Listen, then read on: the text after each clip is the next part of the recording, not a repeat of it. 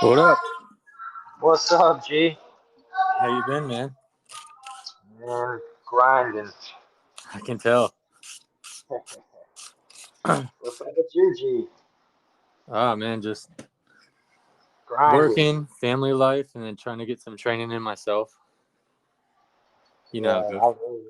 I know exactly how that shit goes. Congrats on your win, bro. Man, thank you, bro. I appreciate that. That shit was so intense to watch. Like the lead up, watching the highlights from home, like when it was showing what was it, Travis Thompson or what's it? Yeah, yep, that's it. Yeah. Okay. When it was showing his highlights and yours and stuff, I was like, damn, that dude's got hands too. I've seen Yeah, man. It was a big fucking leap, man. huge, right? Yeah, man. I don't, I don't necessarily think that um it was the fight they wanted for me right away, but it was kind of the only fight that made sense because we were gunning for David Diaz, and Okay.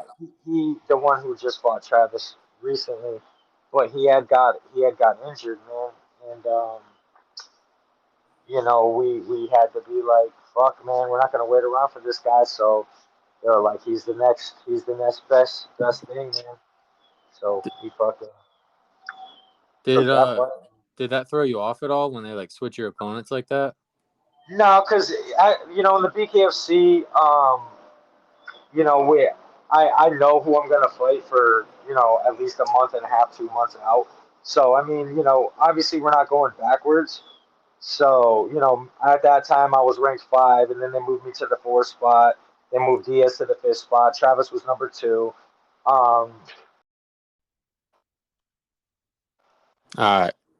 my bad, man. I put my phone on do not disturb. I didn't know it would ruin us like that. Yeah, it's all right. We can pick up where we left off. You were talking about switching your opponents around, and Travis is ranked number two, which I Yeah, didn't man. I realize he mean, was ranked that high.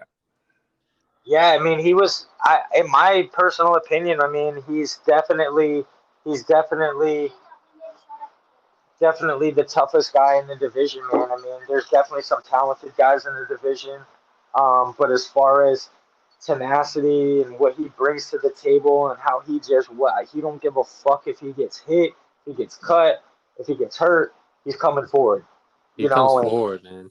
yeah, obviously my style at one point in time was rope a dope, man. But instead of keeping the ollie rope a dope for this one, I used the ollie footwork. So that played a little bit better in my favor. And I had the game plan, and we stuck to the game plan, man. I mean, I heard from a couple of different people, man. Had called my phone, whether there were other pro fighters or my trainers or whoever else, and they were just like, man, you need to fucking use your footwork and utilize your jab.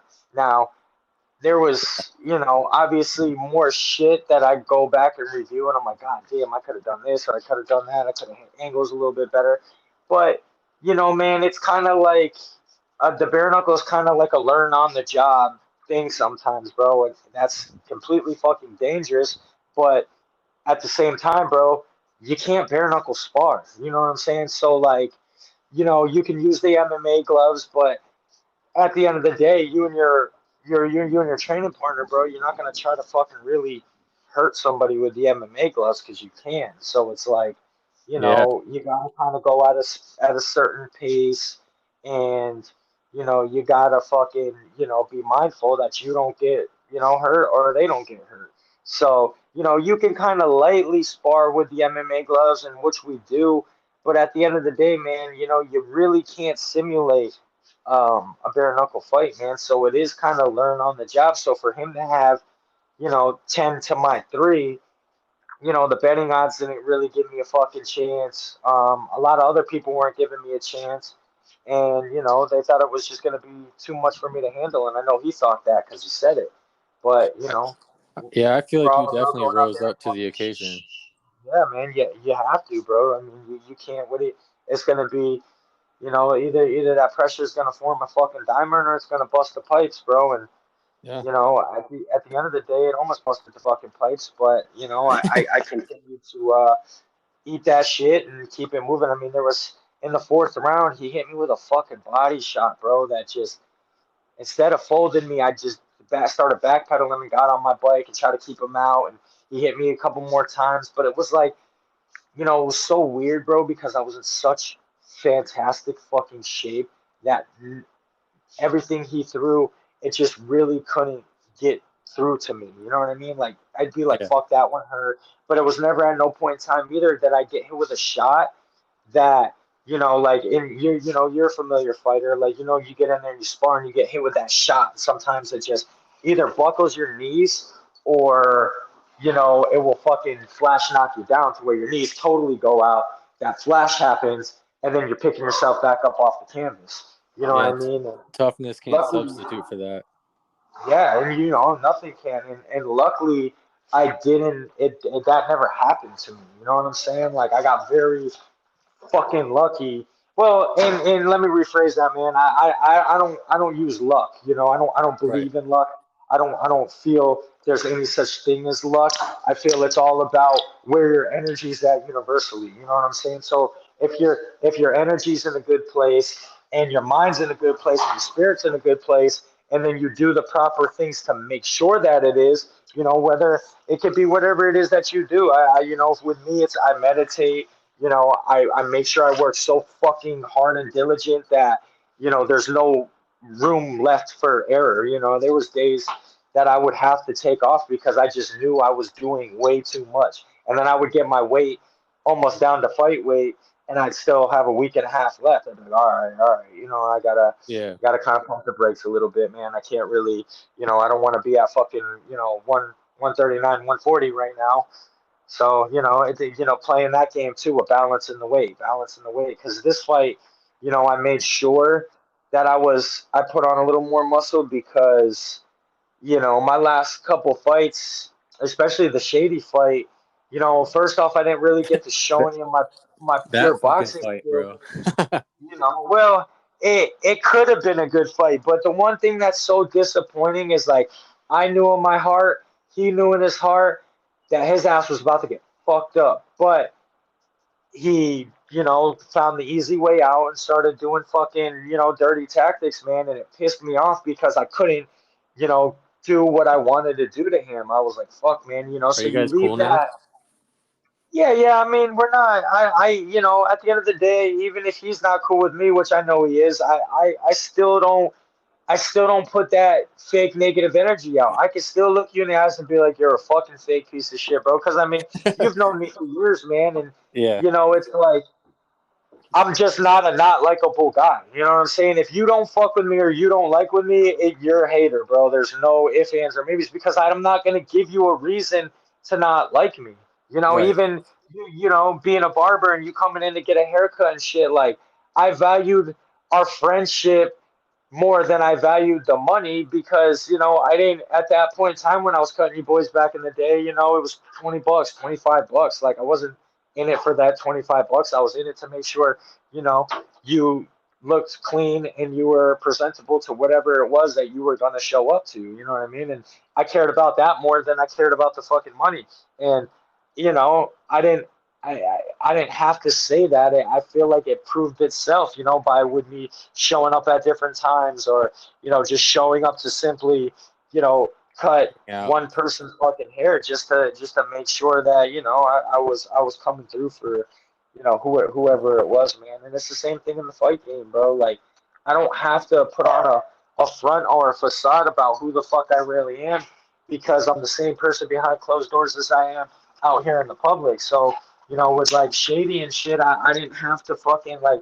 I could see that he was putting on the front, just ha ha her, fucking growling and carrying on and getting in your face and trying to act like a fucking maniac. Like, does Maybe that he was trying to sell? convince himself. Well, and that part too, bro. You know what I mean? And like, I don't like I said, man. I didn't have to convince myself of who I was or what I had going on. So everything came natural to me, and I'm always just the type of person that's gonna be like, if you're gonna fucking start beef with me for no reason, you better hope it was a good idea, man, because I'm studying the way you live. the way you eat, who your family is, who your fucking friends are, what you do for work, what you do, for fun, all of that shit. I'm gonna ask and I'm gonna figure it all out in a short amount of time, and then therefore I come up with, my plan to beat you. And like with Shady, for example, man, like his ass talked way too much. He'd be on the podcast like, oh well, I'm about to go to the YMCA and go get it in. And I'm like, the YMCA? I'm like, why is this motherfucker not in a boxing gym? Well, I'll tell you why. Because nobody wanted him in their fucking boxing gym because he was a little asshole, bro. He'd always probably, pull that. What was that famous fucking idiot's name that got slammed by Deontay Wilder? You, Uh, Charlie Z. You know what I'm saying? Like that's fucking shady, bro. Like has potential, but because his mind's so out there in the fucking gutter, he just can't hold it together to utilize his fucking potential. You know what I mean? And that's what I told him. I said, bro, if you could actually fight, your fucking game plan was working wonderful. You just don't know how to fight. I was like, and that's really just what it is. you know what I noticed with like the BKFC fights? Well, I noticed a lot because I've been actually watching them for a while now. But mostly you and Henry. But even before that, I watched them a little bit. But a lot of people, if they establish like a good jab or down the pipe, like throwing straights, they do really well. Most of the guys go for like wild, like Hooks. looping Well, and hooks and shit. I'm glad you touched on that and you mentioned that because you're 100% right.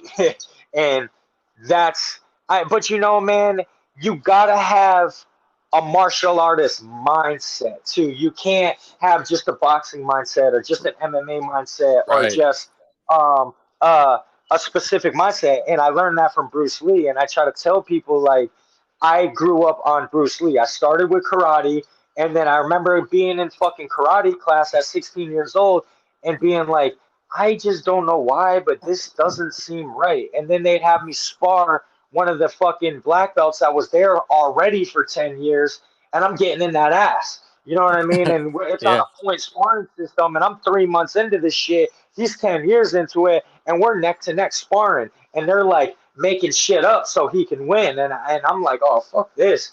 And I swear I was like, I don't know why, but style doesn't seem right. And all of a sudden, one of the first fucking messages, and I think it was either the Tao of Jeet Kune Do or Expressing the Human Body by Bruce Lee. One of the number ones he says is, one should not follow specific style.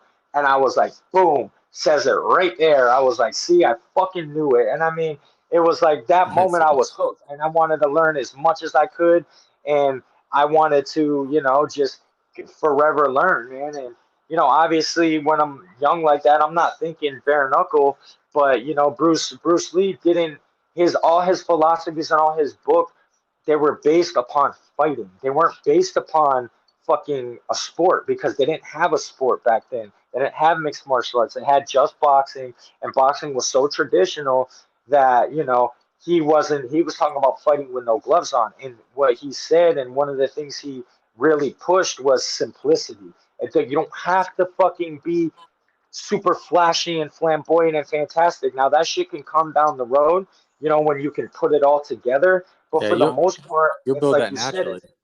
it's yeah, exactly. So like I already had that installed, and that's why I said like I mean, bro, like you've watched me come up in the amateurs. You watched, I'm sure, my little fucking bullshit boxing hurrah over there in Wisconsin on a 4 day notice, bro. It's That was way random but cool. yeah, right. It You know what I'm saying? it I says had a to do lot it because taking fights on short notice, like with you know what I mean. It says a lot about like you got to have respect for anyone who's willing to compete, and especially in like a combat sport. And even just put on gloves and go fight some random dude you're not prepared for, you don't even know much, game planning about in 4 days is pretty beast. Win or lose, you can't really, you know what I well, mean? and once again, you hit the nail on the head, and you're obviously a true practitioner of the game to, you know, not necessarily have any pro experience, but to know these things. And I mean, you're right again, and I feel like a lot of people. they didn't really understand that. They pointed their fingers and looked at it like, see, we told you that was going to be the Ryan that showed up, and we knew it. And people really, Oh, you got hate on that? they, oh yeah, fuck yeah, from a lot of different people. But me coming up in the barbershop, I just know how they are. You know what I'm saying? Yeah, And you're there used was a to few specific talkers. people that I grew up with. Not grew up with, but came up in the barbershop game that I just always knew kind of hated on me, bro. And it was like I'm such a genuine real person. Like, I don't have time to hate. I don't. If you are better than me at something, and I want to be good at that, I want to know. I want to take lessons. I need you to help me.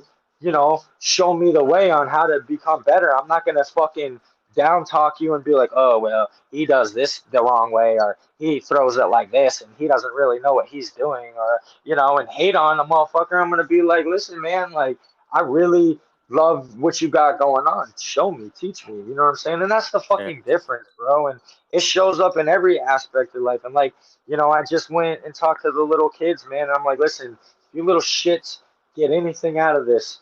Just just get this. Your integrity and your gratitude is key in not only life, but especially if you want to make it in any of these, sports or whatever it is that you do, and I think like Muhammad Ali said the best, fuck what it is that you're gonna do. If you do it, be the best at it. I don't care if it's a McDonald's employee or you're working at Walmart or you're working for this guy or that guy. The goal should be to be the best worker you could be, get your fucking recognition, get noticed, and then be able to lift up higher in the company until eventually you're running that company or you're running a company just like it. And that For sure. I've always been, no matter what I've tried to do, I've always had to, try to be the best at it, man. Whether it was fucking skateboarding or, cutting hair. I mean, cutting hair, I didn't really, get into it as much, and that, like I I'm think gonna you be had the the best best fade in barber. town. Well, I hey, still think you did. but I always, one thing I do always strive for though is perfection. Like, because Yeah. I know nothing will ever be perfect, but damn it, boy, I gotta fucking make it as, and if I can't, and then you go back, and especially with hair, and it's like, oh, this was off or that was off, bring your ass back, boy, we'll fix that. Or, Yeah. whatever it is, because, nothing can ever be perfect, but, Did we strive for perfection. so preparing for this guy, because like I don't know, it's kind of it's crazy because throughout your four fights and you're in a sport, and another thing people probably don't really think about is you're in a sport where like being undefeated like is pretty tough. Like it's not like sometimes you see boxers with padded records or MMA guys with Well, padded and I mean, records. that's how the game is. Because And being in it, you know that if yeah, you're gonna build yourself, and I mean, look, I guess you could look at it as I had a couple of build-up fights, but I mean, look, my first fight was against a kid who was 0-0 like me, had more amateur experience, and Sean Wheelock, the commentator, he prided me so much over it because he couldn't believe how much shit the kid was talking before the fight, and I didn't know that. But apparently, like just walked in like he had the biggest set of balls and was like, "Oh, I'm fitting to run right through this cat," and blah blah blah blah blah. That little motherfucker didn't even make it oh, out okay. of 2 rounds. I beat it out of him. You know what I mean? Within You've two gotten rounds, so much better too, man. Your and well, growth, that's your the thing. growth. Like, yeah, I'm always every fight that you're gonna watch of me is gonna be 4 or 5 notches up, better and better and better and better every time because I'm understanding the game, and plus I'm a, I'm not a seasoned pro, but I am a seasoned martial artist because I've been doing this shit and I've been in my head with it for 20 years. You Oh know what yeah, I'm saying? And I've always, ever since I started doing this, wanted to achieve greatness somehow. So what happened? Bare knuckle opened up a door for me that you don't need fucking 20 fights to get recognition. You don't need fucking an extensive amateur professional background to get recognition. It's something that's still new and motherfuckers really truly don't want to do it, bro. I don't care what people say. Like you're very rarely, and there's a couple in there like my boy Bryce Henry, man, that dude, that kid's a stud, and he's a stud in boxing. Closing the show, making shit happen in the boxing game, and he's young.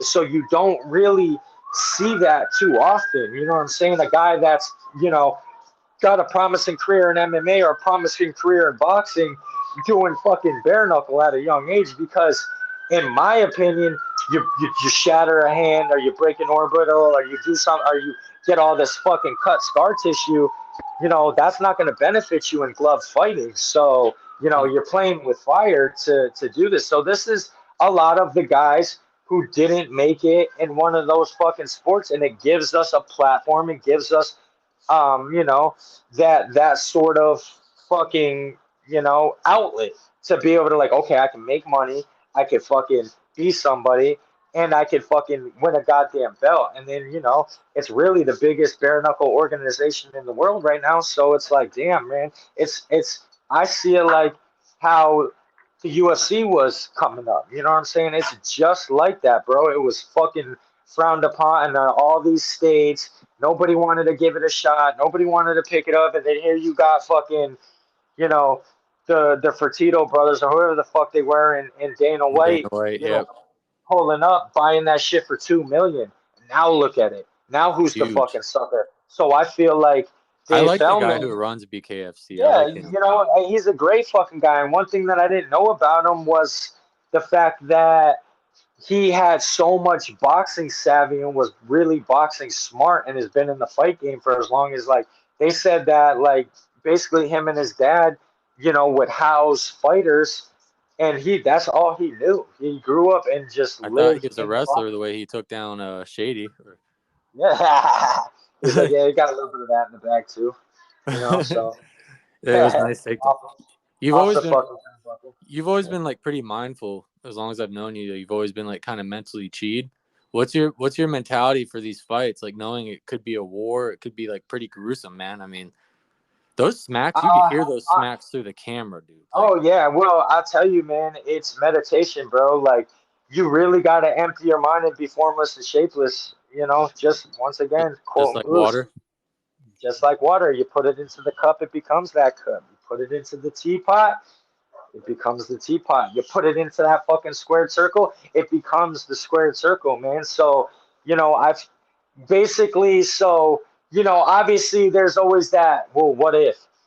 Well, the thing with meditation in the guided apps that I use, the Headspace, you know, it explains to you, and therefore it's easier to conquer those fucking because it's just a thought. You know what I'm saying? So like basically, if I'm getting ready to go in there and I'm like, well, what if he knocks me out, or what if he's stronger than I thought, or what?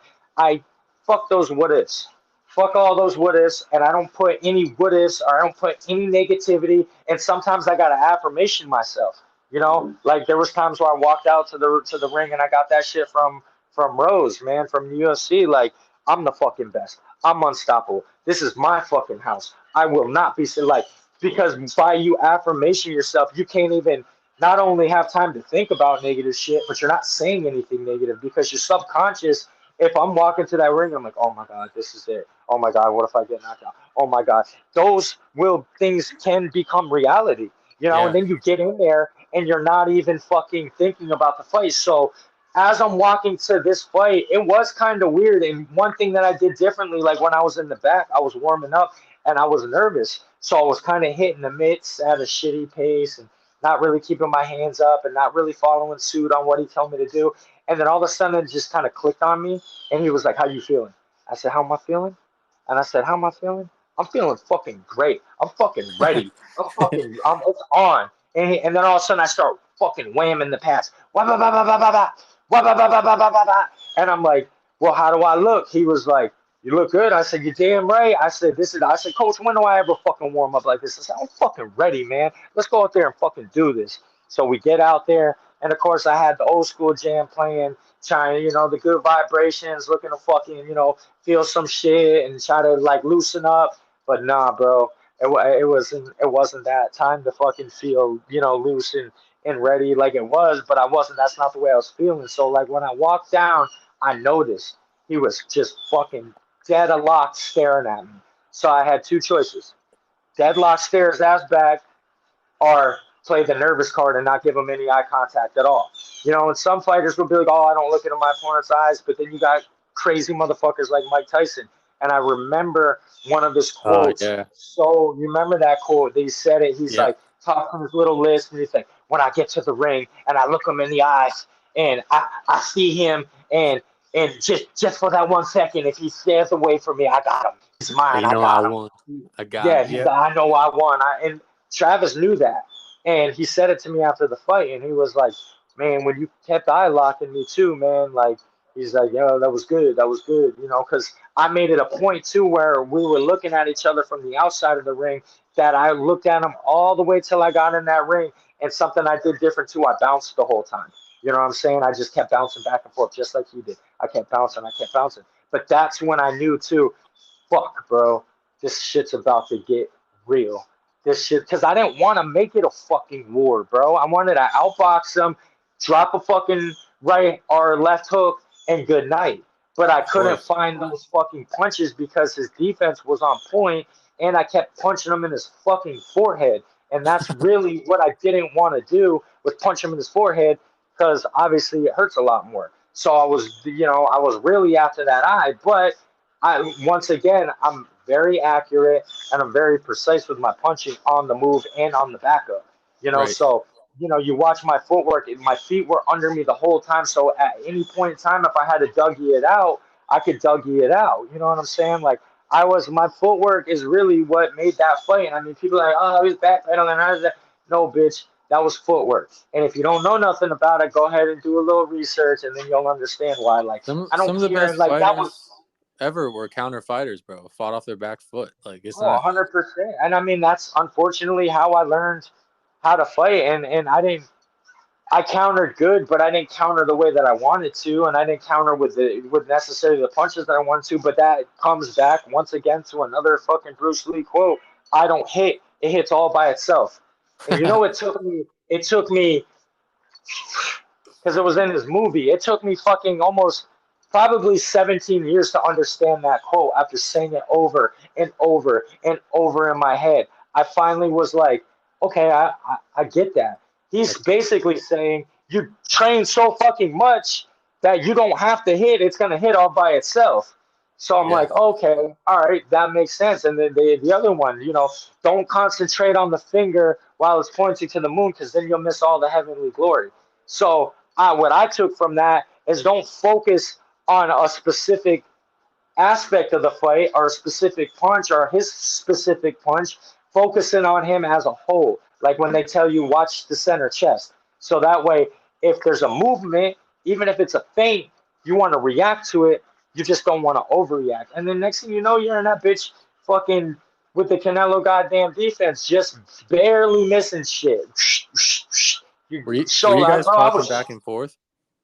at one point in time, he might have been like, "Yeah, fuck, good job, bro," or Okay. "Fuck, bro, good right," and like it was kind of a very weird fight, bro, in the sense that yes, we both were pretty damn good friends, and like really, honestly, bro, even the day before, it was so fucking like he's such a genuine ass dude that like he was being one to me anyway, and that's really not really like Travis. He's not always that genuine of a motherfucker. He really kind of like needs and wants beef and anger to move forward in his fights. But that didn't happen amongst either one of us. But I mean, when you're talking about title contention and the title eliminator and him being fucking 40 years old and this being his last hurrah, pretty much like and which I don't think that it is, but it could have been. You know what I'm saying? And when I tell you, like he, I, there wasn't a lot of people who thought he was going to lose that fight, including him.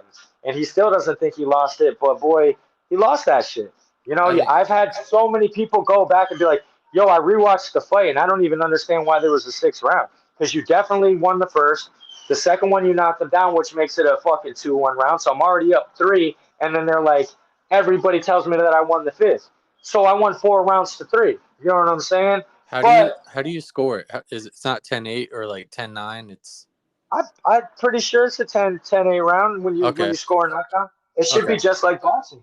You know what I mean? And because Was it a fucking clean, was it a clean knockdown? I mean, it could have been cleaner, but I mean, he's the one who took the knee because that shit hurt. I know it did, and that that's what I sixth was going round, for. that when they But like I got mean, you guys in yeah, the like middle, I was nervous. I'm like, because you I you was too, man. you guys like you came out first round right off the bat. You were working straight down the pipe, working jab, and then I saw you Well, adjusting. because a lot of people, that was the thing too. Like they wanted me to jump them right off the line, but I thought about it way too much, and I was like, there was too many what ifs. I don't like doing shit sloppy or just guessing. You know what I'm saying? So like, Yeah, I knew makes if I would sense. have jumped them off the line, I'm like, fuck. What if I fucking, you know, jump him off the line and I run right into a check hook or run right into his, or he's got the same mentality or idea. And it was funny. Good thing I didn't because I told him afterwards what I was going to do. And he said, "Oh, bro, nah, you weren't going to be able to do that because I was watching your footwork." I said, "What do you mean?" He said, "As soon as you walk up to that line, and that's where the experience comes in." He said, "If you were leaning heavy on your front foot, obviously I knew you were going to bounce in." He said, "If you were leaning on your back foot, you were going to back out." He's like, "But you were neutral, so I knew I was straight." You know what I'm saying? So yeah, I was like, "Damn, bro, Yeah, see, I'm so fucking glad I didn't just decide I'm just gonna be." And I feel like, to be honest with you, bro, it's a nervous thing to jump off the line and just try to just go right at somebody because I could assure you, bro, if you jump off the line and you don't fuck somebody up and they eat all that shit and then you gas yourself out and you got 30, 40 seconds left, it's not fun. You I know what tell I mean? people So that all the time in the gym when like it comes to jiu-jitsu tournaments and they're like, "Oh, it's my first tournament or I got this tournament coming up. What should I do?" I'm always like, just concentrate on eat, breathing. Don't yeah. overexert yourself and let them blow their wad right off the rip. Just 100%. And that's what I did with the Shady fight. Like I could feel his energy pouring off of him to the fact that he was fucking growling at me, bro. He was like, and no shit. I could feel it, and I was like, oh, bro. And then when he started to hit me, I was like, oh my god, these punches don't. I mean, oh, that one kind of hurt. Oh, all right, that was decent, but he didn't have any fucking leverage to really do anything because when you get that leverage, then you open yourself up. And like Yeah, I said, every opponent I fought differently. Every single one I fought differently. yeah, And you like, definitely look different in every fight. you gotta fucking like I said, you gotta learn it on the job because you're not gonna know what these guys are gonna do to you. You know what I mean? Like you could try to pick out certain tendencies or like, okay, well, hey, he's gonna do this, or well, hey, he's gonna do that, or but you don't know that. And that's why like I only watch a little bit of film. I'm not a real big film person in the sense that like and I think that's gonna change a little bit more. And I think a lot of it too is so that way I don't get into my own head by watching somebody over and over and over again. But like, I guess you could kind of look at it in two ways. Either it's you're gonna shake yourself out with it, or you're gonna fucking really learn somebody's tendencies and how they work. But like I always say, man, like just because he fought so and so that way does not mean he's gonna fight you that way. Because like for Yeah, example, the dude Rick I fought, a lot of people don't know that motherfucker was coming off of a fight of the night, and he can really box, bro. Like he's a really good boxer, believe it or not. You know what I mean? Despite what his fucking record says. And I was like, fuck, bro, I really don't want to fight this guy that's 6 foot fucking tall, same reach, and is a real good boxer. I'm like, damn, bro, it's just not the matchup that I want to do. But I had already fucking kind of curbed 2 other guys at that point in time, so I was like, you know what, fuck it, let's just run it. And he, like I said, he was coming off a fight of the night with Jack fucking McLaughlin, or however you say his last name, the WWF fucking wrestler guy, and he had that dude's. He took that fight on a 7-day notice, got fight of the night, and had old boy's fucking face hanging off at the end of the fight to the point where it was scary looking. I was like, fuck, bro. So, in the back of my mind is like, he gonna do me like that? But it's shit. up to Yeah, me to make sure that that doesn't happen. And that's what I did. So we had a stalemate for a little bit. And then finally, when I closed the show, I hit him with that 1-2 that fucking, like, I literally broke this man's skull. So he got up, which fucking more power to him. What a tough son of a bitch. And I right. dropped him again. And he got up again. And then the round ended. And the doc pulled him over, like, hey, let me look at that eye. And they, what was supposed to be a fucking broken jaw was actually a broken orbital. And I was like, okay, got some good momentum going into the Shady fight. the same thing. But what a lot of people don't know, bro, and I hate to make excuses, but bro, I didn't fucking sleep at all during that fight. Like, I don't remember getting 1 hour of sleep, and a lot of it was because I was fucking eating edibles at the time, and I cut them off. Like, I was eating edibles every day to help me sleep. So, like, to be that fucking baked and to be able to just pass right out every night to stopping them 4 days out before a fight, Oh it fucked God. me up, bro. Like, I couldn't fucking sleep because of that. So, like, this camp, I was like, bro, I'm cutting that shit off a month out. I don't even give a fuck. So that way, it was hard for like the first week to sleep, but then the next week before fight week was a lot better. You know what I'm saying? Because then I found my dose of like whatever natural supplement I was gonna take to sleep, and I wanted to make sure because no matter what, I wanted to make sure I got a good night's fucking rest before this fight. Because like I said, bro, I knew this was gonna be my toughest test. Now, like I didn't really think it was gonna be a fucking fight of the night, nor did I want it to be a fight of the night because you know you see my face. That's what happens after the fight of the night. Like you both look like you went to war, which we did. So, How do you but recover? then, How do you guys recover? uh, Like, I mean, you just got to take it easy and supplement. I mean, look, bro, today I did a 2 mile run with a shadow box. I can't really close my left hand all the way, but I kind of just ran through some motions. And, honestly, having a huge win like that, it makes me feel so fucking good and accomplished on the inside with all the hard work that I put in that I don't want to stop working hard. Now I want to work even harder. You know what I'm saying? It's like now nice. if I would have lost that fight, I probably would have been at the fucking bar that night doing cocaine like a loser, doing loser shit. You know what I mean? And that was, a problem of mine fucking for many, many years until I changed that shit. And I was like, man, if you want to win in life, there is certain energies you must abide by. There's a certain criteria, your integrity and gratitude, your fucking, you know, law of attraction, law of abundance, law of transmutation of perpetual energy was a huge one that I learned and learned how to utilize. And basically, that was just taking the negative out of something and turning it into a positive because I know that energy never dies. So I'm like, okay, I could, for example, that boxing match. I could sit here and be in the fucking glooms about it and be all sour about it, and or I could be like, you know what, bro, I got to fight on fucking Roy Jones Jr.'s card with Anthony Pettis, with fucking Aldo, Aldo, fucking Steven. Stevenson, Yeah. you know, Jacare, fucking Vitor Belfort. Like, bro, I was always an MMA guy coming up. That was my shit. I love kicking. So like that was my shit. And then watching guys like Vitor Belfort come up in the game, and I followed Anthony Pettis ever since he was on fucking True Life. I want to be an MMA fighter. On MTV 13 years ago. So like I always followed him, and then obviously the kick heard around the world, and just Oh yeah. watching him come up because he was a regular guy like me and you. You know what I'm saying? A regular guy that slipped through the fucking cracks and made something happen. So that's how I view myself, and I put together numerology, symbolism, all of that, and I use it to my advantage because numerology is a heavy one. And I could tell you that every single fight I paid attention to the numerology, and it was absolutely astonishing what came out of it. So like for example, my first card I fought on was BKFC, I think 25. 2 plus 5 is 7. My numbers are 7, 23, and 5. And the reason why is because I was born August 23rd, 1987, which is actually identical to Kobe Bryant's birthday, who's also a legend, but instead of being born in 87, he was born in 78. So all those numbers, I pay attention to numerology. Like I said, all my kids, I have 5 kids, and all of those kids all revolve around the number 7, whether there's a 7 in the number, or you can add and subtract the two numbers and make 7 out of it. And then Hmm. my lady, she was born on the 5th. So, like I said, mine is the 23rd. 2 plus 3 is 5. So all of these cards either had something to do with the number 7 or the number 23 right on the head or the number 5.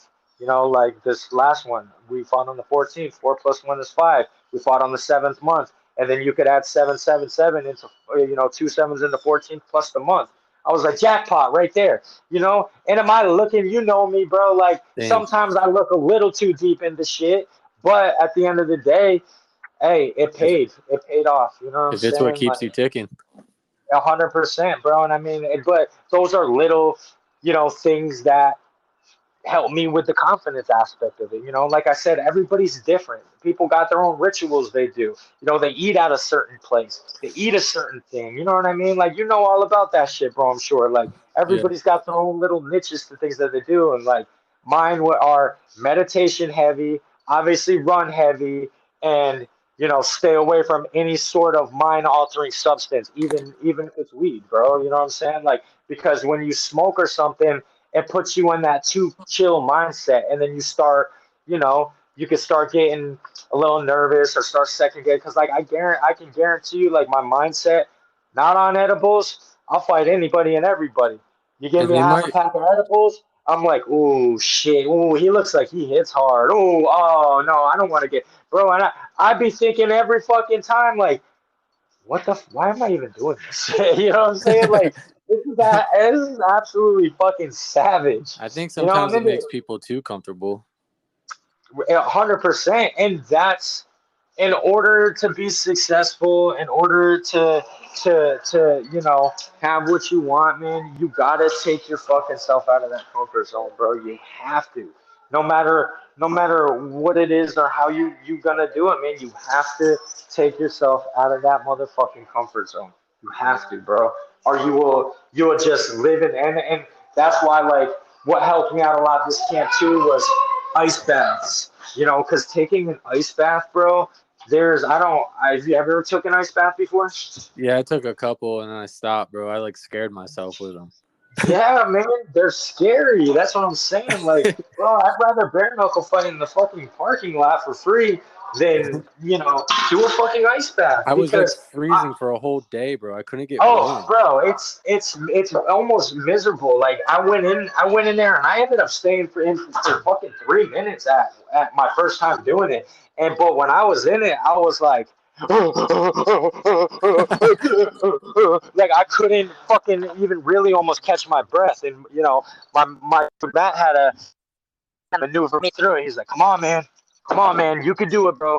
You can do it. He's like, just just breathe. And I was like, I can't, man.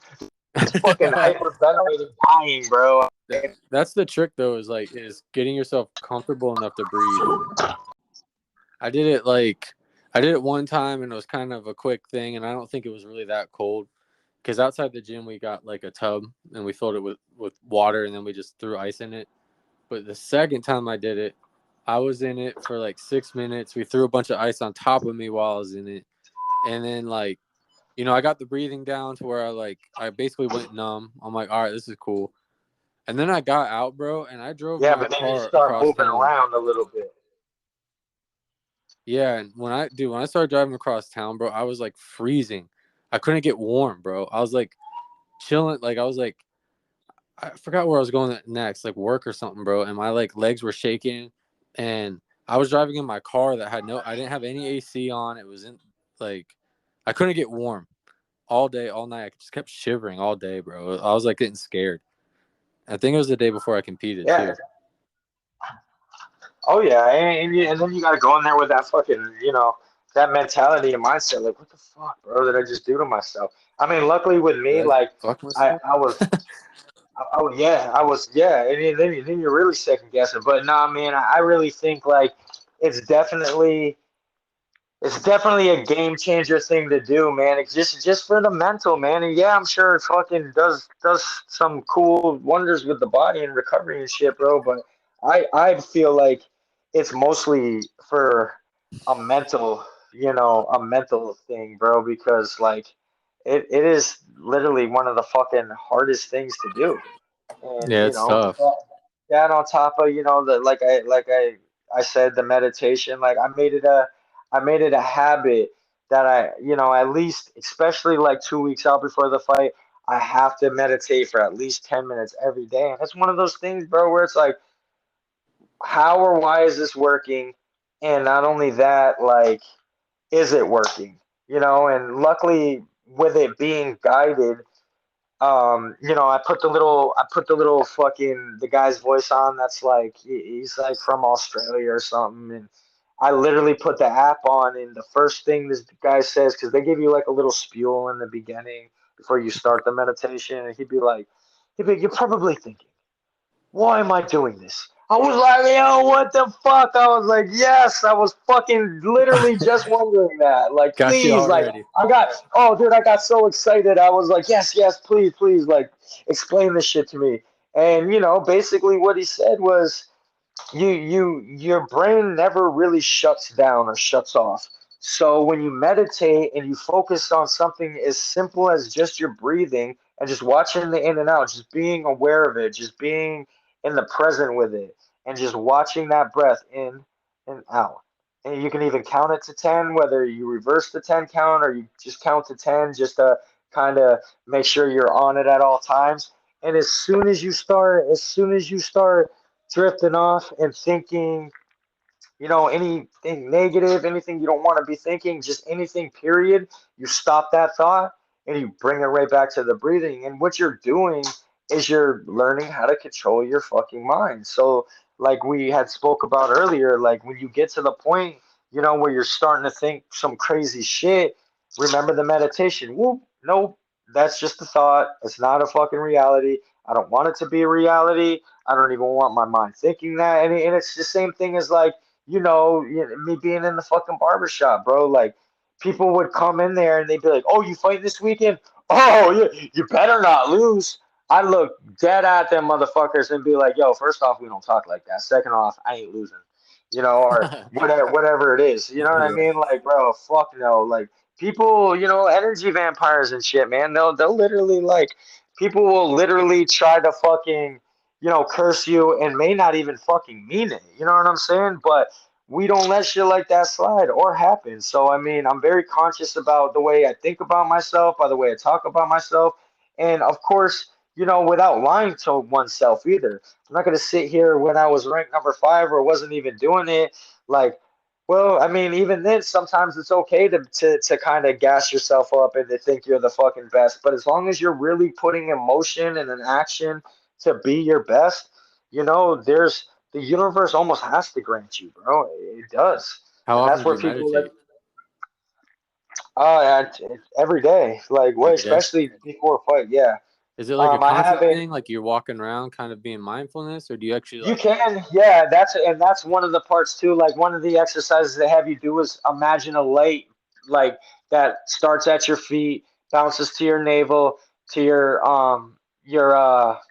solar plex, your chest, your throat, and then your pineal gland, and then on the top of your head, you kind of run through your inside of your body and imagine there's a light touching all those points. And while I'm doing that, I'm breathing at the same time. So, yeah, you could be at a fucking light, bro, and just I'll kind of just focus on like a license plate, but not on the plate, but like on it, and then you know just run through those motions, or do something like that. But I always make it a fucking point that I sit my ass down and at least go through 10 minutes of the guided app, because what it does is it puts you in your mind, it puts you in a good position, it puts you, on the meditative side of things. So, like, therefore you're like, fuck, man, all right, I'm ready, bro. You know what I mean? Like, and you don't have to, you stop thinking about the bullshit less. Like, let me ask you something. Like, how many times before you go to bed you couldn't sleep because you're thinking about all these fucking things, right? But then I the was gonna next day, I was the gonna say next day, that's where I meditate. when you And see, it's a good point. That's why I can't fucking sleep, because I'm constantly thinking about all this bullshit that going on, or what I gotta do. But if you really think about it, bro, all the shit that seems so important at that moment, you're not gonna fucking remember none of it the next day. So why is it so important for you to keep yourself up worrying about what's going on the next day? What I'll do now is I'll be like, okay, tomorrow I got this, this, and this is how I'm gonna start my day. And then boom, it may alter, it may switch at any given time, but at least you know how you're gonna start your day. You know what I mean? Like, some people have normal jobs. I don't have a normal job. So I'm usually not at the barbershop in the morning, first thing in the morning. So it gives me the freedom unless I gotta like do something for the fight or I gotta do something for one of the kids or I gotta bring them to school or whatever it is. Okay, that's what I'm doing first, and then from there I'm gonna come home, I'm gonna meditate. Then I'm gonna run, or then I'm gonna do my gym session, and then I'm gonna come home and meditate again, or fucking do a little another light workout. Like 2 weeks out from the fight, I'll do a lot of two a days. You know what I mean? I'll fucking go do my personal training, get that in. Then I'll go to my boxing gym, get that in. And towards You got a new team you're working with, or is this a newer team? well, so I got my home base, my boxing gym, my head coaches, over Okay, there at Battle Zone, and then after Battle Zone, then I have I linked up with Dave Mundell's personal trainer for a little fine tune work plus nutrition, the nutritional aspect of it. And that was what nice. really changed my game because if you got somebody that's a certified professional in, you know, nutrition, I'm not that person, bro. I don't know. I You don't don't track your know macros and what. shit. Yeah, I don't fuck. And he's got all that down to the science, so I don't know what the fuck I'm doing. I like. I know that I eat clean, but I didn't even know I could honestly eat what as many times a day as I could. He's like, well, if you want to work out twice a day, you're gonna have to eat like this. So I was like, oh shit, that's actually all right. Like I didn't even know I could eat like that. So like that was a game changer to me. And then we took everything that I'm doing at Battle Zone, and then I'm going to his gym and kind of, really fine tuning stuff. And it takes a little pressure off of my coaches. You know what I'm saying? Like they don't have 100%. to, because he's got a gym to run. He's got things going on. So therefore, he don't have to. He don't have to, have to worry about all that other shit. And not everybody knows all that extra shit. Not everybody knows how to be a nutritionist or what you should be eating or what you shouldn't be eating or what's going to help me recover faster or like, for example, my guy Nick, my personal trainer, like he was able to watch me hit mitts and realize what joint I was tight in, sit my ass down, stretch it out, and I'm throwing fucking brand new hooks. I'm like, oh shit, man. Or, seeing I was a little tight up in Damn, like the rotator cuff and was able to work that out real quick and knew exactly what it is. living the So dream, bro. That's like a yeah, dream for me. man. Yeah, right, bro. Like you just literally, you accumulate all these people over time, and you'll finally know who's with you and who's not with you, man. And I got a really solid thing going on at the boxing gym, a really solid thing going on with Dave Mundell's people, with Dave Mundell, with Shift, and that's another gym that out in Tampa that they're housing pretty much all the champions almost, bro. Like they got Dave, they got Brandon Superman Allen, they got the Jaron Warren, the firefighter that was just fighting for the belt. His lady Crystal Pittman, who's an absolute savage and just keeps winning fights. And then who's the last one? Who am I leaving out? Well, they got Martin Brown, that hasn't fought recently in bare knuckle, but he's still up there. But everybody they have is like A Who's plus type guys. who's the You know what I'm champ in your saying? weight class again? Reggie is for right now. Okay. Is that And I are think you for right now, at the door for just that? oh yeah, I'm already there. I'm banging. Okay, nice. So yeah, no, that's a fight we're trying to make happen right now. But I hear through the grapevine he's trying to duck and go down in weight. So and yeah, Reggie, I said duck motherfucker because you ducking me, bro. So I hope hopefully he hears this. And Send it. we talked, man. We talked, and we talked at my last show because we fought on I think the Grady card together, and he basically told me, bro, he put his arm around me and was like, "Hey, listen, man, you get you one more fight, and I'm gonna give me my big money fight out in Virginia, and we'll do this, man. And I'll put the belt on the line against you." And I was like, "That man, I got super respect for the guy. I really do got a lot of heart for Reggie, man. I'm just, Pe- you know, People don't he, realize how hard of a game it is, bro, because like you got so many aspects and so much mental, like so much physical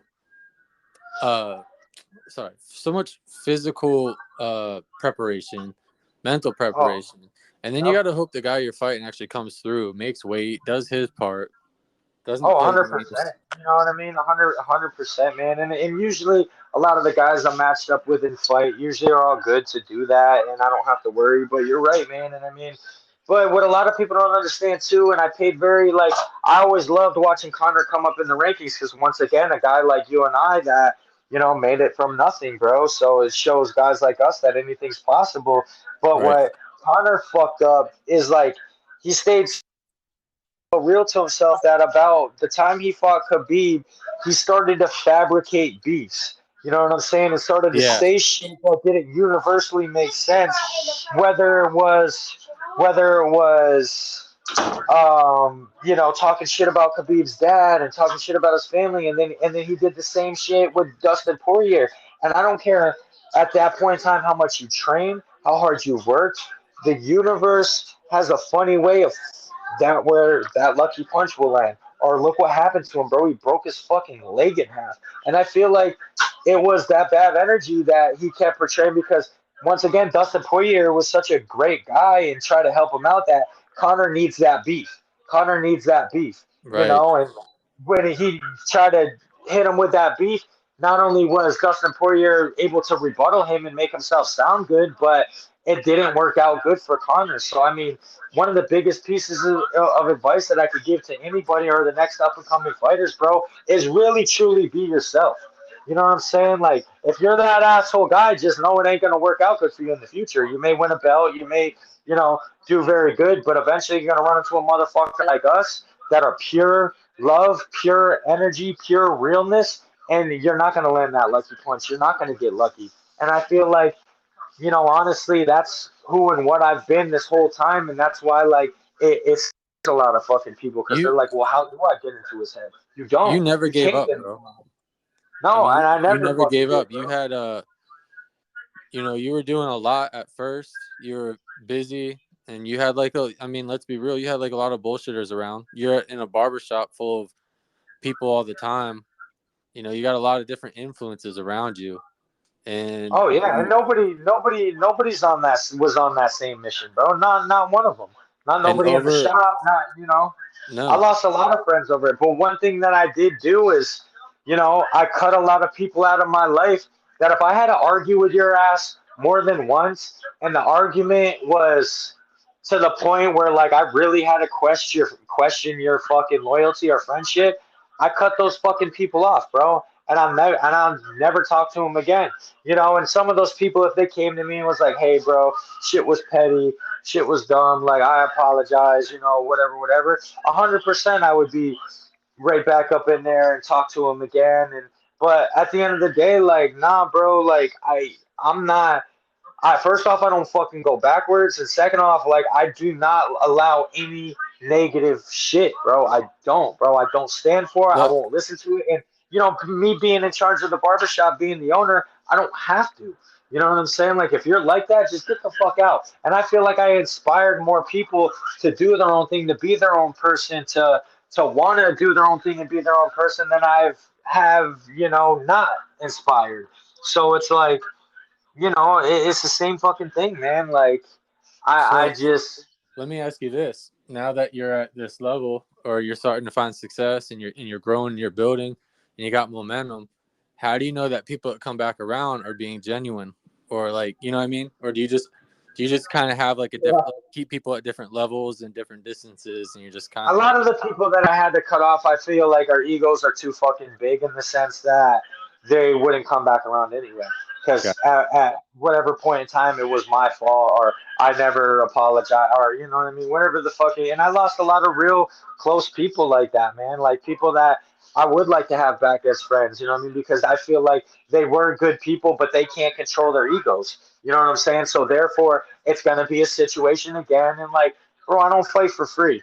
And I spared a lot of fucking people, man. Like, it's not worth it. Like, I've literally, like, bro, I've spared a lot of fucking people that I probably shouldn't have. But at the end of the day, like, I know what a real, true street fight is going to look like. And that's what it's going to look like. And I can guarantee you, an untrained motherfucker in the streets, no matter what weight class he's at, is probably not going to be able to beat me. You know what I'm saying? Just Oh, because for sure. they don't have the mindset, the technical mindset, the training, and yeah, anything can happen in the That's streets. But once again, like I said, it's not luck, bro. that's the It's just unique shit. thing about your sport too, is like you can tell even, and I've even seen it with like the UFC guys and stuff that have come in there. Like you can tell that these guys are they're tough, they're trained, they're in shape. But once they get fucking punched a couple times, bro, you could tell they're like, this is not what I was expecting. Like, No, everybody. I mean, you know what's so funny? I was in fucking what's his name? Luke Rockhold's fucking inbox, and he hit me back. It was funny as hell because I commented on the picture of him hitting mitts, and I said, "Hey, brother, all that shit looks pretty, but it ain't gonna work in bare knuckle. You're gonna need to use straight punches and blah blah blah blah blah." And I told him that, and he fucking inboxed me and was like, "Hey, man, not everything's for the camera or something. He's like, but I hear what you're saying. I appreciate that. And I was like, nah, man, I like you, man. I've used one of the guys I follow too because he always had that fucking sick ass question mark kick, and I always admired that shit. So, yeah, it was cool to interact with him and he's get a tough feedback, ass dude too, bro. and you see what happens. Yeah, He it's did crazy. everything I fucking said don't do, and it wasn't just because I said it, that I feel like it didn't work out. But I mean, I understand the game better than he does. And look at the high level he's at. And you're right. He got hit one good time and was like, fuck that. Bro, I got hit like that multiple times. And, luckily didn't break a fucking tooth, but still fucking was Do- like, bump that. I'm going to continue to move forward and keep, Does keep that coming until one adrenaline of us. cancel most of that out, or like? Yeah, pretty much all of it, bro. And that's the other thing. Like I tell myself over and over and over in my head, like, bro, I've done this before. I know for a fact I can't be fucking. I'm not gonna feel shit. So then you tell yourself, what are you scared of? What are you? You're being a bitch. Like is how I'm talking to myself in my own mind. Like stop, bro. Like this Yeah, is what you train for every day. Like stop. Don't. And if it's gonna be like that, then don't do this. You know what I'm saying? Don't do walking this. out to Right. compete, you gotta like get. It's so You weird have to, bro. the mental In talks you anything. give Well, yourself. the mental, yeah, because mentally you could fucking just completely break down and the pressure bust pipes, and it happened to me in that boxing match. You know what I'm saying? Like, Dude, I more and more I started thinking about this guy. I'm like, damn, he's fucking, he's 5'9", 5'10". I'm like, damn, bro. Like, you know, I, I was like, the what ifs got you. yeah, and then but you know why the what has got to me? Because I wasn't meditating, I wasn't running, I wasn't doing what I was supposed to be doing in the gym. I was just staying partially ready. You know what I'm saying? So I had to basically eat all of that shit in the ring, man. And I also tell people if I would have went out there and even made it all 4 rounds and performed like I know I could perform, like I performed against Travis, that would have it would have fucked my head up in the sense that okay, maybe I don't need to meditate, maybe I don't need to run as much, maybe I don't need to do this, maybe I don't need to do that, because I What wasn't doing any of that. I have a certain, like I said, I got a certain criteria of shit that I follow before I enter in any fight, and what had you so hyped your first fight walking out? Like this is the first time you've done anything like this, but you were walking out like oh I see you, and like you were like walking out just like you're just walking to a just party. honestly, bro, I could fucking feel that kid's fear so heavy. I had a dream about him that morning, and that never happens because I never take a nap either, and I was a little tired because I didn't really sleep before that fight either. So I took this little nap, and in the nap, bro, I had a dream that he was he was like so fucking scared. It was weird. We were on like this mountain, and he was like trying to jump off the mountain because he was so scared. And I grabbed him, and I was like, "No, man, we need to fight. I need to get this win." And the other thing was the fact that I fucking haven't won in like 7 years, bro. I kept getting robbed at Ali's events, and I would do just good enough, but I didn't fucking get the win. And all my people constantly kept seeing that and hearing that and being like, I had my whole fucking family were like, they'd be like, I told them all I'm gonna fight bare knuckle, and every single one, my dad, my fucking lady, everybody was like, "Why?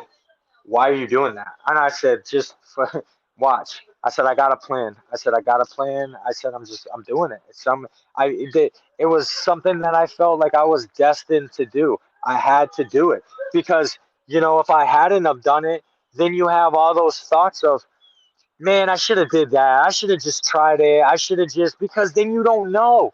And then, like they always say, I know you see all the motivational quotes either that I share or anybody else shares that are those who don't take the risk will never fucking reap the reward, or somewhere along those lines, or Yep. something like that. You know what I mean? So it's like, bro, if you have to take that risk. You have to. In And life, you this have to take the risk, or you will be in the same spot forever. And I don't care what it is, whether it's a job or it's this or it's that. And if you can't control your mind enough to take that risk, you need to work on your mind, like I did. I wasn't always fucking super mentally strong and mentally tough. Like, I built that, I trained that. And that's where the meditation comes in. It's really the only way you can train your mind is to meditate. It's to sit in a fucking spot for so damn long and be so goddamn bored with it that you're really conditioning your mind. And every time it starts going off on the deep end or thinking about this or thinking about that, you stop that and you bring it right back to the breathing. So it's the same thing for when I'm walking that line, or I'm in the waiting room. I start thinking something fucking crazy. I'm like, whoa, whoa, whoa, wait a second. You know who the fuck you are. You know what you train for. You know who you work out with. You know what you do. And I mean, literally, I'm in the gym, bro, and I'm a talented ass dude. So I know that hard work and talent together is like, damn, all right. And I have everybody always tell me that. My coaches get so fucking pissed when I spar sometimes because they're like, man, what are you doing? You got all the tools. You got all the tools. Why aren't you using them? And it is frustrating. It's like, fuck, man, I do possess all of these. You could do all this shit, but sometimes that isn't enough, man. That's why you yeah, gotta constantly, constantly, constantly do it. You know what I mean? You gotta constantly spar. persistent. And like I said, like, I'm not always so big on you need to spar all the fucking time, because boxing, sparring, and bare knuckle, it still is two different things, bro. Your opponent can eat two, three, four punches that he wouldn't eat. Like you said, once you get hit with a bare knuckle and you get hit right with it, it's almost like, yeah, a lot of people fold, bro. A Shit lot of changes. people fucking fold. Yeah, bro. Everybody's got a plan until they get punched in the mouth. That was real. You know what Yep. I'm saying? You punch a bitch square, bro, and now he's fucking second guessing everything. And that's what happened with my first opponent. But I could fucking feel that shit. I knew it. And one thing about it, once you feel like you're in somebody's head mentally, do not let off the fucking gas. Do not. Keep getting in there, rent free. Keep getting in there, whether it's making little posts or, like I said, you don't have to be an asshole. You don't have to be a dickhead to do that. You can literally get into somebody's head just by working hard, just by, showing awesome fucking clips of you fighting, just by doing shit like that. It's mental warfare. That's why I took that picture of me absolutely fucking shredded at 136, because I wanted to stay in that fucking head because I knew I was already in it. And when people see that and they see you like, fuck, he's in the best shape of his life. Fuck, he's really working out hard for this. Fuck, he's fucking thinking about you and not thinking about his shit. He's not thinking, and then he's like, well, Mm. yeah, it is kind of true, man. I just got in the fight game. Fuck, I had to lose 17 pounds. Fuck, I got to do, this. Fuck, I had to do that. Bro, I know, because we're all fighters. We all experience the same shit. I mean, anybody that's going to tell you they're not scared before competition is full of shit. Now, they did, my boy Brandon Allen asked me that. He said, you nervous, bro? I was like, hell no. But, at the end of the day, like, I'm not gonna even put that out into the fucking universe, bro. I'm not even gonna be like, yeah, I'm nervous, because then you're gonna be nervous.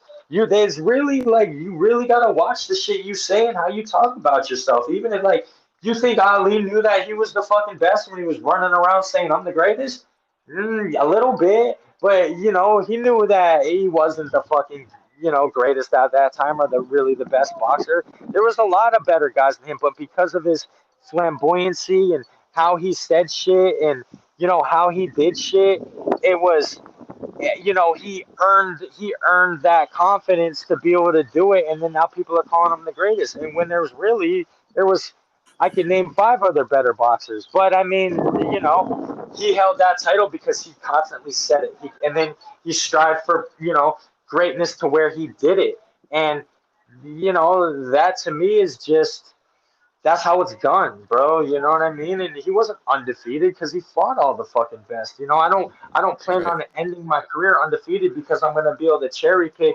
any opponents. You know what I'm saying? I'm gonna fight. I mean, at this point in time, I already did. I took a leap of faith and fought the number two guy, bro. So I mean, after this, bro, I know I'm ready for whoever and whenever.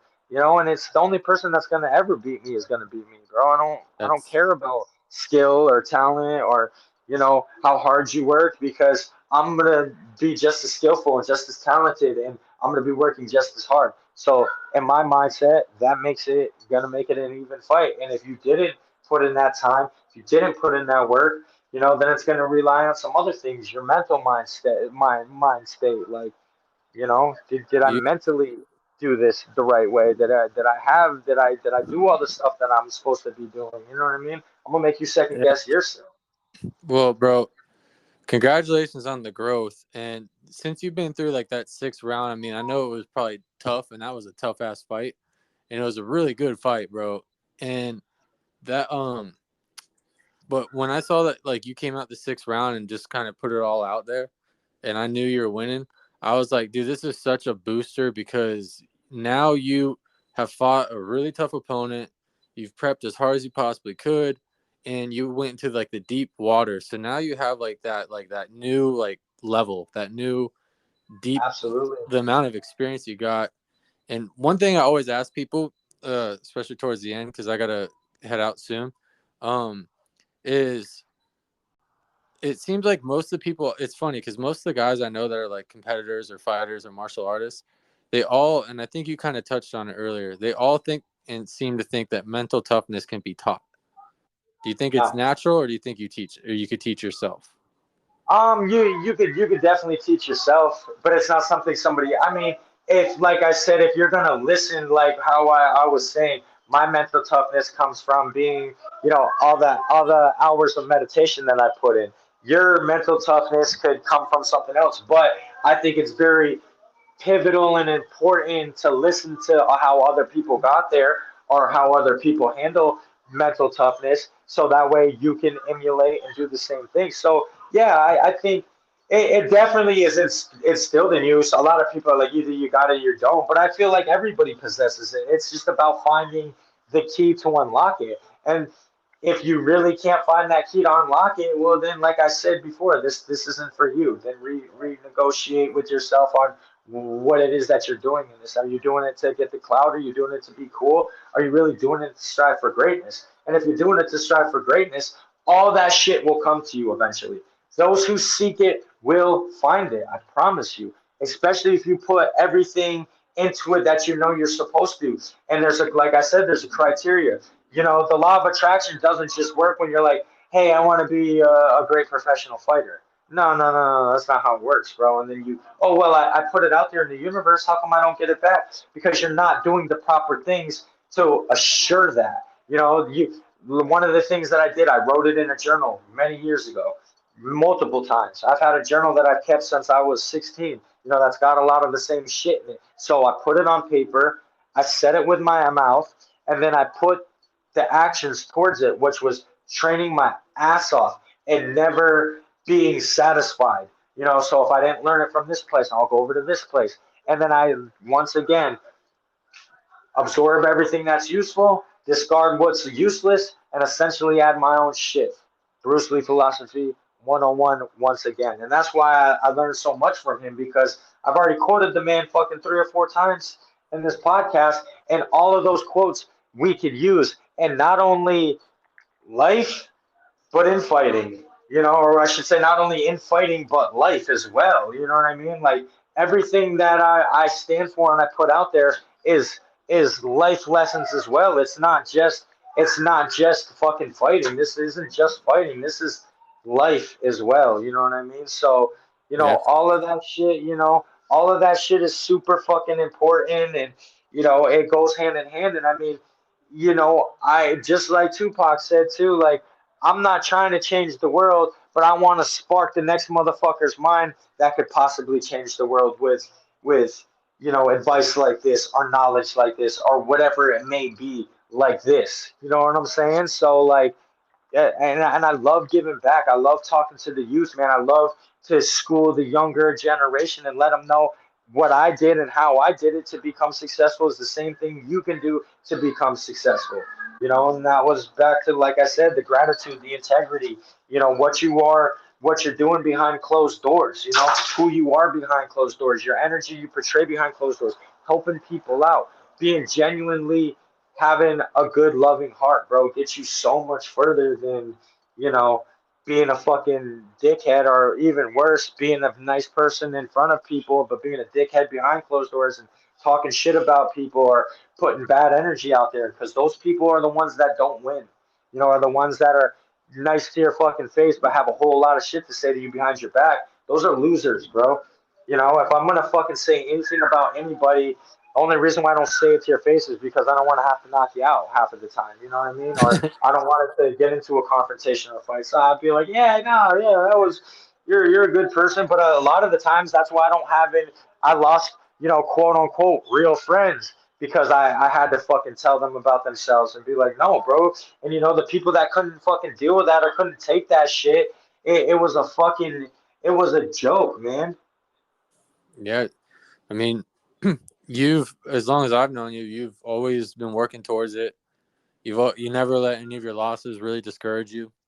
You kind of brush them off, and And you've always. a lot of people, like I said, a lot of people they don't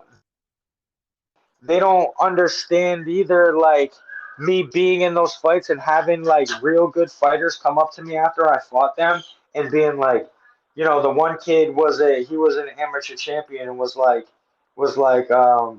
he was like, damn, bro, you almost broke my jaw. There was another kid that was another amateur champion I fought, and he came up to me after the fight and was like, damn, bro, you almost knocked me out with that overhand right. And then like, that was enough motivation and fuel for me to be like, see, man, see, I'm almost fucking there, because that's why I choose to fight, and that's why I fight, because, bro, it's so fucking challenging.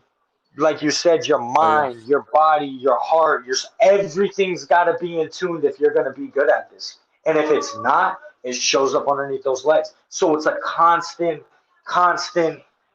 adjustment, a constant, okay. And I'm so happy with where I'm at, because I still feel like I still got at least 5, 6 years in this, and I'm in a very good position, and I'm still learning every time I get in there. You'll never see the same Ryan.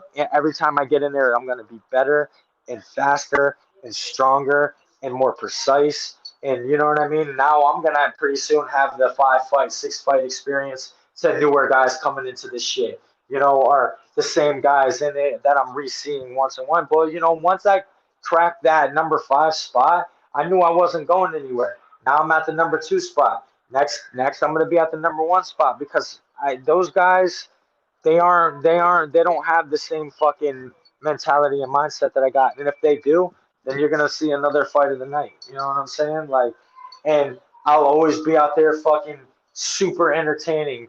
And people are gonna wanna watch me. They're gonna wanna tune in. They're gonna wanna be a part of that, man. I believe. And like I said, this is just the fucking beginning, bro. that's And awesome. Well, you know, I look forward to watching you go for that belt, bro. And like I said, dude, give me some stuff to paint, or I'll get you some custom shoes, or No, a hundred uh, percent, man. I'm, we'll have I'm to. glad we linked back up, man, and I appreciate your time today and letting me fucking ramble on for an hour and a half. Dude, Um, it's great shit. I'm gonna no, it's put it it's out there. definitely great content, man. And when you do, make sure that I could share it as well, and we could get everybody to tune in, man, and have me back on in the next couple months, and we'll talk some more shit, man. But I definitely will keep you in the loop with the custom shit, because like I said, it was so funny. I had to customize my own shoes, but if I could drop that off and pay you to fucking do it, bro, that would be fucking super helpful, because I don't have time for all that shit when I got camp going on and got to rush Yeah, this and rush that. Custom shit's always the way to go anyway, man. So, you'll be like the only fighter walking around with some custom work, bro. I'm telling you, and well, nah, and then plus it puts your fucking work out there too, man. I'll I hook it have up. people. Even Travis, when he was down here for his other camp, was asking me that, hey, you got anybody that does custom work on shoes? I was like, nah, I don't. But bro, really, I got the plug for everything, man. From being in the damn barbershop, bro. I'm not Use your one stop fucking shop. resources, bro. Yeah, you need a plumber, you need an electrician, you need a goddamn another barber, you need an artist, you need a fucking whatever you got. I got it, bro. Just we're not doing illegal drugs, all right? We're trying to keep this thing running. So We're keeping this kid no friendly prostitution. ish. Yeah, Not yeah. really, but I yeah, try, man. man. And we'll link up soon, and I'll definitely be talking to you. Let me know when you get some whatever, I don't know, whatever artwork in. I'll get you set up. And it was great hearing from you. I know we could go forever. I just got Nah, the kids to get. absolutely, man. Oh, that's what I was Yep. gonna say. When you get the belt, bro, we could take pictures with our belts together. Oh, fuck yeah. Well, we need to do that anyway, man. Just pop in on me at the shop, bro. Come get cleaned up or whatever, man. You know, I'm still there, baby. I think the podcast is fucking sick. If you're listening to it and you're like, I don't know if I want to listen to the next episode of this podcast, you're probably a bitch ass. You need to listen to the next episode of this podcast and keep listening to it. Because my friends down here are trying to make shit happen. And we're That's going to make some shit happen.